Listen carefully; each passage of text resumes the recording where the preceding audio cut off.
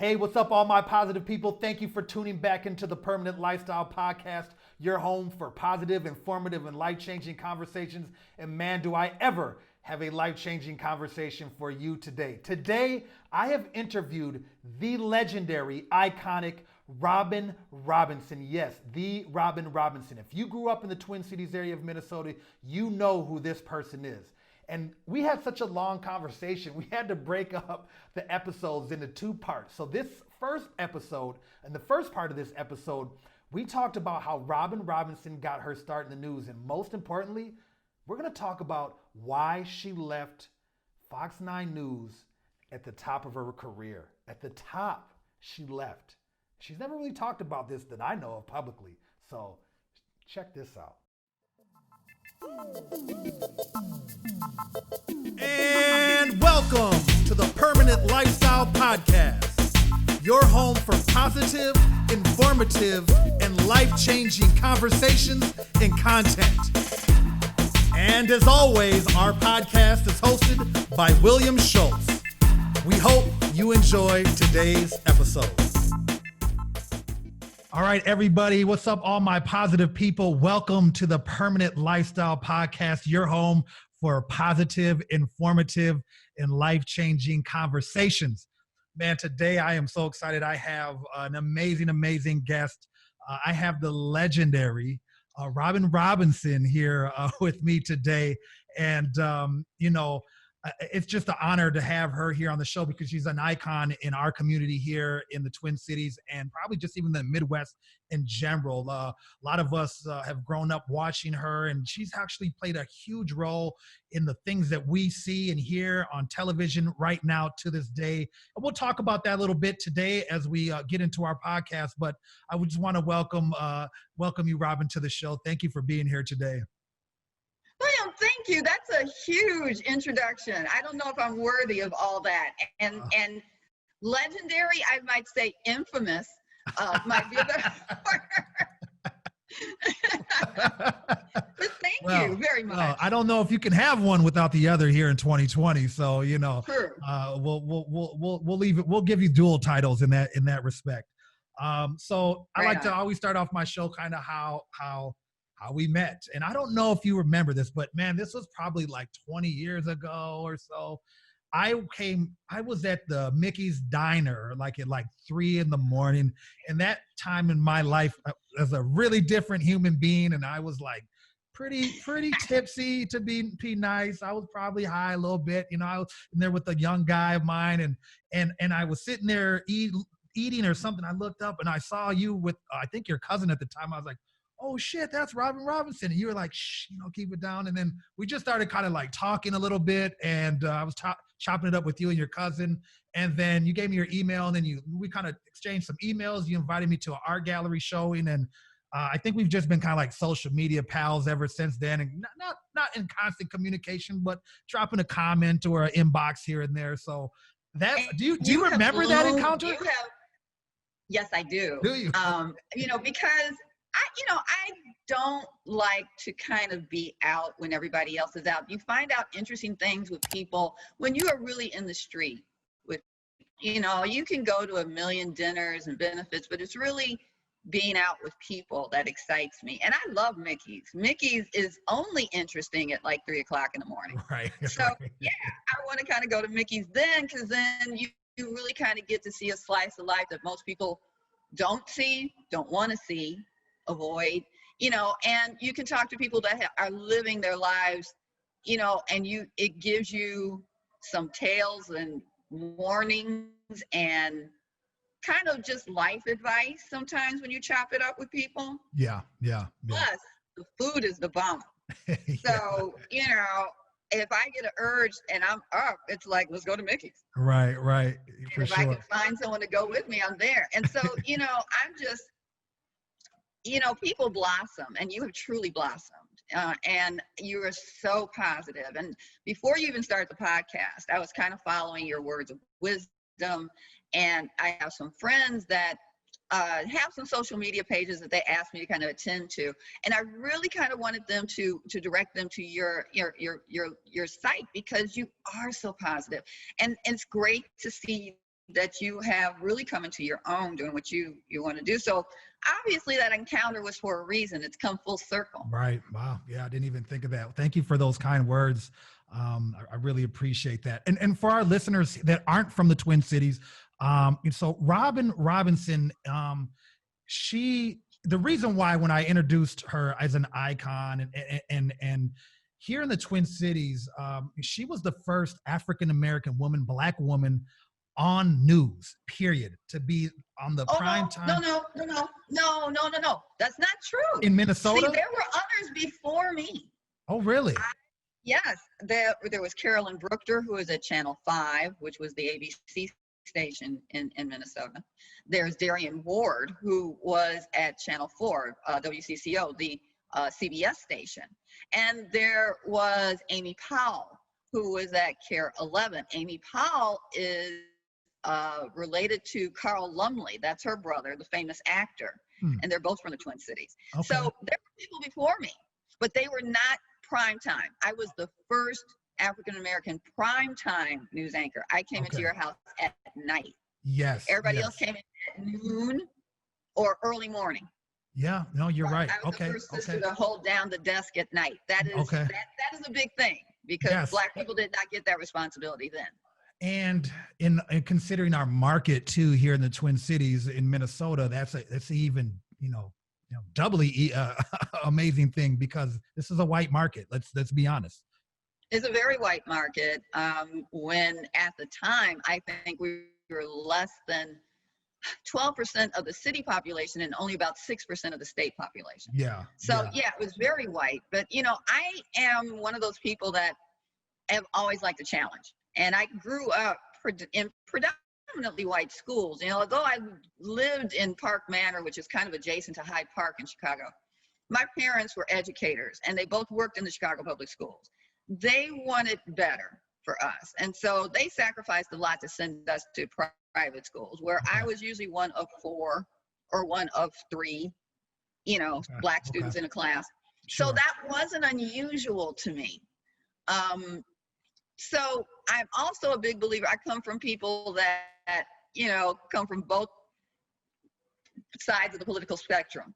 I should say really one side that is a couple of different fractions. I've got very liberal parents, but then I've got some super militant family members. All right. And so, the lessons that were taught by people who were young Black Democrats believing in the process that were, in the middle of the mix of what was happening in the 60s that were really trying to change politics for Black people in the city of Chicago. I got great lessons from them and my family that were Black Muslims, that were with the Nation of Islam, about learning about the man more than the man knows himself. And that's some Chinese philosophy, real belief that you should know the man better than the man knows himself. And I really do believe that's why I was successful in Twin Cities, because I really learned those things that many people, and I'm not going to say all white people, but what Minnesota taught me was that Minnesota loves itself a lot. And they want you to love them as much as they love themselves. Yeah. So, that whole Lake Wobegon thing is really a love song to themselves. But they like to pretend that they're a small town, but they always want more. And they want that visibility, but they want it on their terms. So you have to learn the Minnesotan. Yeah. You have to really kind of try to get to the heart of who the Minnesotan is. And once you do that, they eventually warm to you. And that's Black or white in Minnesota. You have to know Minnesotans better than they know themselves. You have to know the man better than the man knows himself. Right. So you had to learn those lessons walking in the door to Minnesota. If you don't learn that, you would never go anywhere in Minnesota. Robyne, how many years total did you work in news? In news or in Minnesota? In news in general. Old. Just news in general. Do I have to tell? I've been working in news since the 80s. Okay. So about 30 years. Okay. So how did you get started into news media? Like what was it that, what was your first gig? What was your first gig and how did it carry you into the Minnesota scene? I was always fascinated by news. Like I said, I grew up in an education and political family. My father was an alderman in Chicago, and he was also president of the 6th Ward.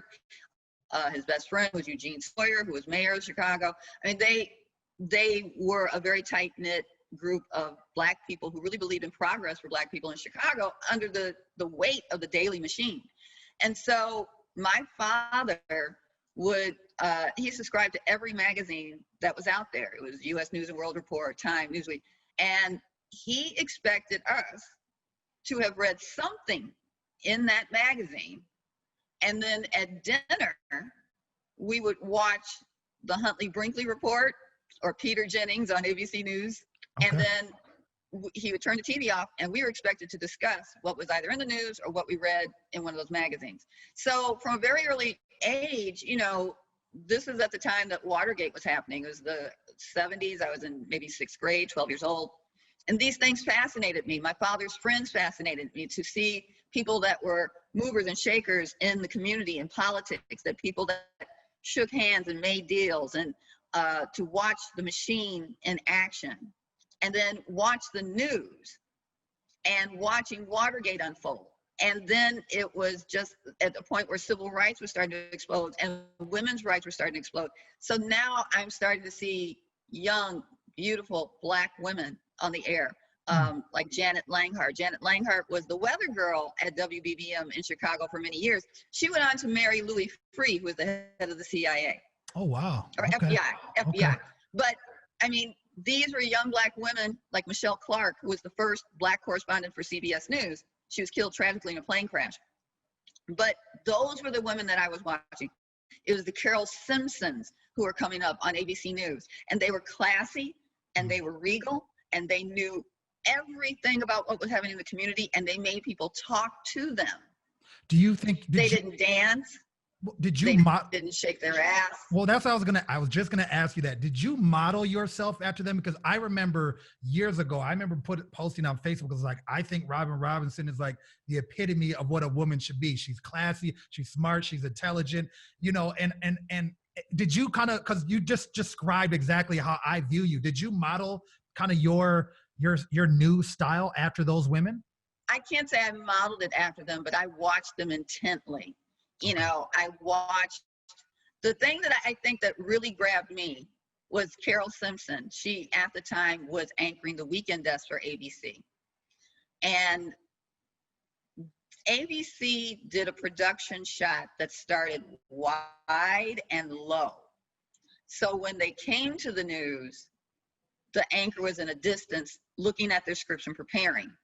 They'd say the anchor's name, the anchor would look up, and the camera would do this zoom into this person in this box. And she always had a very clipped diction. So she's like, "Good evening, I'm Carol Simpson." And I was just like, "Oh, this broad is bad." You know, sit there enwrapped. And it was part of the production value and how she just was authoritative. She wasn't Lola Falana. She wasn't Diane Carroll. She didn't have to sing. She didn't have to dance. She was authoritative. She's about that business. She's about that business. She's about that business. Yeah. And that's what I wanted. You know, I think, you know, that it just made a huge impression on me that journalism at that time toppled presidents. That people told the truth, and they told the truth to the people. So the combination of politics in my family, a little bit of the art too, because the production value of TV I loved. You know, TV is the greatest kabuki theater in the world. And I just thought that at a very young age, and this is so insane, but to me, making it was having my face defaced on a billboard or on a bus. And to me, that said, you've arrived. You've done your job. You're not really, you haven't arrived until you have a haters, right? Because you got to have your teeth drawn in. And, And I guess nowadays the equivalent of that would be somebody posting like a really mean comment on one of your pictures, or, you know, some video that you did. Like, that's the equivalent. I think that's important real quick too, for people listening. Like, you know, you can't have hate unless you're doing something good. Nobody hates people that are just not doing anything good. They don't get any attention. When you're doing good, people are gonna hate Believe me, on you. I had my fair share. It was interesting because there were detractors in the station and detractors outside the station. And I think it was just because of, I didn't really, as a woman, tolerate a lot of silliness. Sure. And was not smart enough to be tempered to not just tell somebody you're silly and that's bull. And I would say things. Yeah. And sometimes it got me what I wanted, and sometimes it got me in trouble. But mostly, I think it was just blind faith in telling the truth. Sure. And telling the story of my own community. And to me, that was really important, that if I could keep my foot wedged in the door of this institution that is really against us, and I can tell at least the truth of who we are and what we do, then I've really made it possible for people to come after me and push the door open. Okay. Yeah. What was your first gig in news? What was your first experience? Well, I worked at NBC in Chicago in college. So I had a lot of experiences, even as an intern, as a part-time worker, as a full-time worker. I met the heads of the corporation. I got to do things that most people didn't get to do at 22 years old. What kind of work? Like, what were you doing? What kind of work were you doing in those experiences? When I was full-time after graduating from Loyola, they knew that I was rabid to get into the industry. They treated me like a little mascot. I did everything for everybody. I ran errands. Please let me record a tape. I want to be a reporter. La, la, la. I made myself an invaluable pest because I had things I wanted to do. And so they treated me like their own kid. And a lot of them did tell me, you remind me so much of me in school. So they kind of took me under their wing. My boss was this lovely man, John Jakubowski, who was really an alcoholic. And so the head of NBC News for the Bureau called me into his office and he said, why didn't you apply for that job in finance?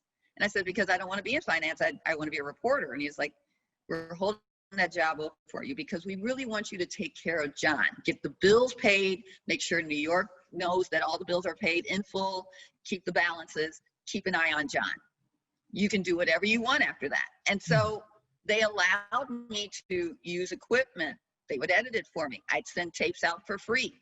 So I was really running the finance department in Chicago at 22. Wow. And they decided to have Decision 84, the big political, follow around when all the correspondents follow the candidates around. And I don't know if they really do these as much production as they used to do, but Robin, that started in 1984 when they started kind of, following them around the campaign trail then? 83, 84. Okay. This was when Tom Brokaw was still the main anchor, Bryant Gumbel, Roger Mudd, Connie Chung. They were the dream team. At this point, NBC was a giant. This was when they were golden. They had Jessica Savage, who was the first female, really golden girl anchor correspondent that they had. And like I said, Bryant Gumbel was still on the staff then, Connie Chung, all these luminaries. And my job was to make sure that when they came to Chicago for the conventions, to make sure that they were taken care of. I mean, I covered the budget. I made sure that they had microphones, pens, pencils, that their cameramen were, they all had hotel rooms, that was my job. And so that was really my first huge encounter with news, that I was responsible for all of the operations management of the news department to go smoothly, because my boss was a lovely man, but I couldn't trust that he wouldn't come back from the bar from lunch, and everybody kind of knew that. So it was my job to get him out of the bar, but it was also my job to take care of all the bills for all the major correspondents. Okay. So we fast forward, you got your internship at NBC. How did you end up in the Twin Cities on Channel 9? Oh, that's a long route. Okay, so my first job as a reporter was in South Bend, Indiana. at WNDU, which is Channel 16 down there. It's home of Notre Dame. Okay. From there, I went to Norfolk, Virginia, where I was military affairs reporter. And so that was lovely. I think that was the most romantic period of my career. And I miss Tidewater, and I love it there. I still have friends that are anchoring there. And I left there and I went to Dallas. I was political reporter, education reporter, and had a talk show down there. Oh, wow. So yeah, I was really young, and they were moving me through the corporation because they had big plans for me, and I was really still a little bit too green. But they were trying to groom me for something bigger. And I did interviews with everybody down there. And the fun part, I'll just make it really quick. There was a kiddie show down there called Mr. Peppermint. Mr. Peppermint was this old dude, and red and white jacket with a straw hat, and he talked to puppets, and he had little sidekicks, kids that wanted to become actors and whatnot. It's kind of like a Mr. Rogers. Yep. Yeah. Dallas, right? And there was this lovely young woman who talked to the puppets and told the kids things about safety. Fast forward, I'm in a recording studio in Atlanta, and I'm trying to do these EPKs with Outkast, and they're recording. They got friends coming in and out. This beautiful little lady comes in with long ponytails and headband, and big platform shoes, and how's everybody doing? How's he doing? And so they said, oh, let's introduce you to this reporter. She's waiting for the guys, but this is Robyne Robinson. And I just looked and I said, I know you. And she's like, what? I said, I know you. I said, Mr. Peppermint. And girlfriend went, ah, and ran out the room. Badu. Really? Erykah Badu. She was like 19 years old, Wow. and she was the assistant of Mr. Peppermint. Wow. She didn't remember acting. I just walked in and was like, Mr. Peppermint, and she just died. No! Yeah, because she probably thought, no, don't nobody know that. Nobody knows that one. That's great. Yeah, so great. Dallas was great because I met so many incredible people, and then I left Dallas and went to Baltimore for a few years, and then from Baltimore to Minneapolis. So I've had a long career. Wow. Just the longest part of it was in Minneapolis. Okay. And the best part, right? The best part was in Minneapolis. Minneapolis was the best part. Yeah. I mean, it shaped my life. I was still, kind of trying to figure out who I was on the air. Yeah. Personally. And, it got to the point one day I'd been to so many consultants, and they're always trying to make you into this image of what their research says you should be. And it's never comfortable because it's never yourself. And one day I was anchoring with Rod Grams, who was the anchor at that time. And I just stopped hearing everything that he said. And something in me said, you just have to be you. And if they fire you, they fire you. And from that point on, I was able to be my own person on the air. But, it took a lot of growth to even get there. Yeah. Did you have an advocate type person within that network that had your back and like let you be you, like a producer or an executive that just, no? Wow. It was a very lonely job because while it's a very select sorority of people, of women that get these jobs, they're very isolating, and they're alienating in a sexist way too, because there can never be anybody over you in a hierarchy. And people will try to foster just battles between young women unnecessarily. Like, someone's always looking for your job.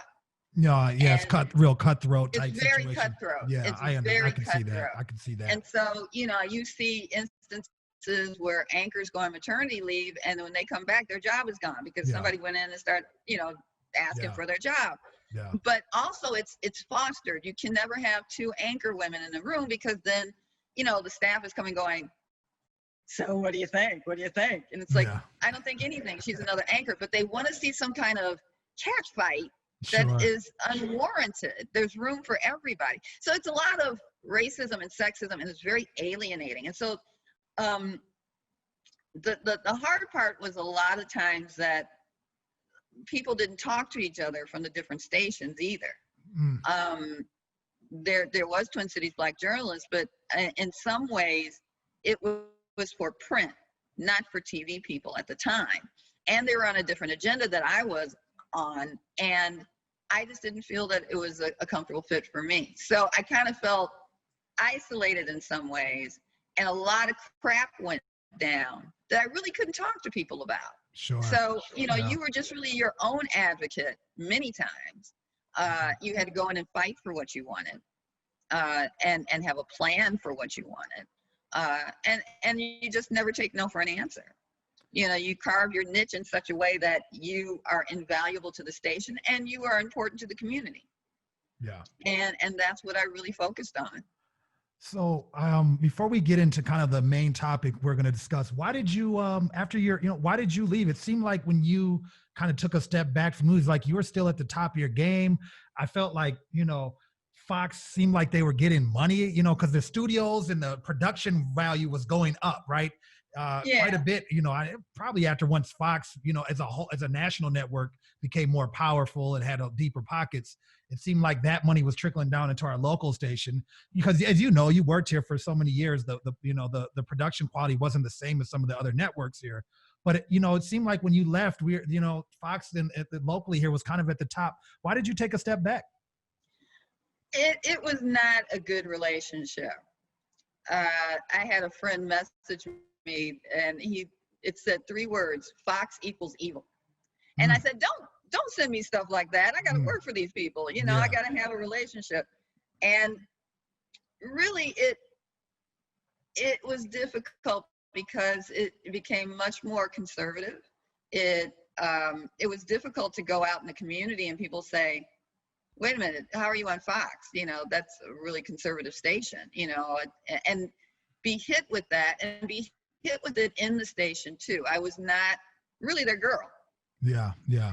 They wanted something that was much blonder. Sure. And the truth of it is I went on vacation and when I came back, they had a new anchor. Wow. Really? So it wasn't even and like. So they were trying to push her and they had tried that before. I mean, they had brought in other white female anchors. And the truth of the matter is that I worked really hard in the Twin Cities to develop a following because 9 was an independent station. It did not have affiliation. Yeah. And the other stations had money and power to put their anchors out there and get them in the community. At the time, William, there were still very strict FCC requirements. And many of them were that you had to be in the community. Your people had to take part in community events. And they would report that back to the FCC. And it was helpful to keep your license, basically, because TV was a public service entity at the time. Okay. So many anchors get to a position where they don't want to do that stuff. They think they're bigger than that. I don't want to do that. I saw it as the way of really building faith with the community. And if the community has your back, they'll never get rid of you. So I did upwards of 10 events a month, just to make sure that 9 stayed relevant and that I stayed relevant. Yeah. I worked my beats. I stayed in the community. I did, whatever I needed to do to show that I did care about this community. And I really wanted to be there. And so that generated a huge following. And even if people didn't watch 9, they knew my name. And I think Fox did that research when they came in. Yeah. So they knew I had a big name. They wanted to keep me there. They didn't like my politics, and they really didn't want me so outspoken. And so over time, it was just this whittling away of letting me be in the community, not wanting me to be out, and then how did they convey that? Like, did someone pull you in and say, hey, Robin, we noticed that you were at that Toys for Tots drive over in North Minneapolis again. How did they, how did they convey that message to you to like, can you dial it back a little bit? It wasn't so much what I was doing. They liked you being out in the community because it was good for the brand. And the problem is that when Bush and Powell decided these FCC regulations could go, then really they didn't have any care. They didn't really care to be in the community so much as they wanted their logo in their community, right? Okay. It's the things that I would say that they weren't always comfortable with. Okay. And I might say it on the air. Yeah. So, and most people know that I would say things on the air that they would just take us, you know, and it was not a comfortable fit for Fox. Yeah. When they're telling you that you can't watch Al Jazeera TV on your own desk, in your own office. And get different perspective from a different part of the world, you know. They wanted all the TVs on Fox. Right. You know, I mean, it was little things that just kept building up and building up and building up to the point where I had started living my life in a very different way. You know, I was always very geared for this career, and that's what I wanted to do, and I wanted to, you know, be a success in my career. But then, you know, outside interests started to really catch me, because being a news anchor sometimes can be golden handcuffs. You know, you're making a lot of money, but you also represent a corporation. You're the face of a corporation, and they want that face to be solely focused on that, depending on who you are. Yeah. And so they wanted me to just not really be in the community. I had art gallery, you know, I was doing a lot of things in the community. They wanted me to pull that back. Okay. They decided they were going to take the buzz off the air, you know, because the only thing that Channel 9 at one point was known for was the buzz and my name. So they didn't want the buzz to be bigger than the Fox. They scaled it back and took it off the air for a while. But all those things made me kind of go, you know, I got a different perspective on things that I want to do. And I was starting to live my life in different places and meeting different people, and it was more of a global experience for me. And so I started questioning what I was doing. Yeah. And yeah. the fit, it just wasn't a fit that I wanted to continue anymore. And one day I just said, I'm done. Good for you.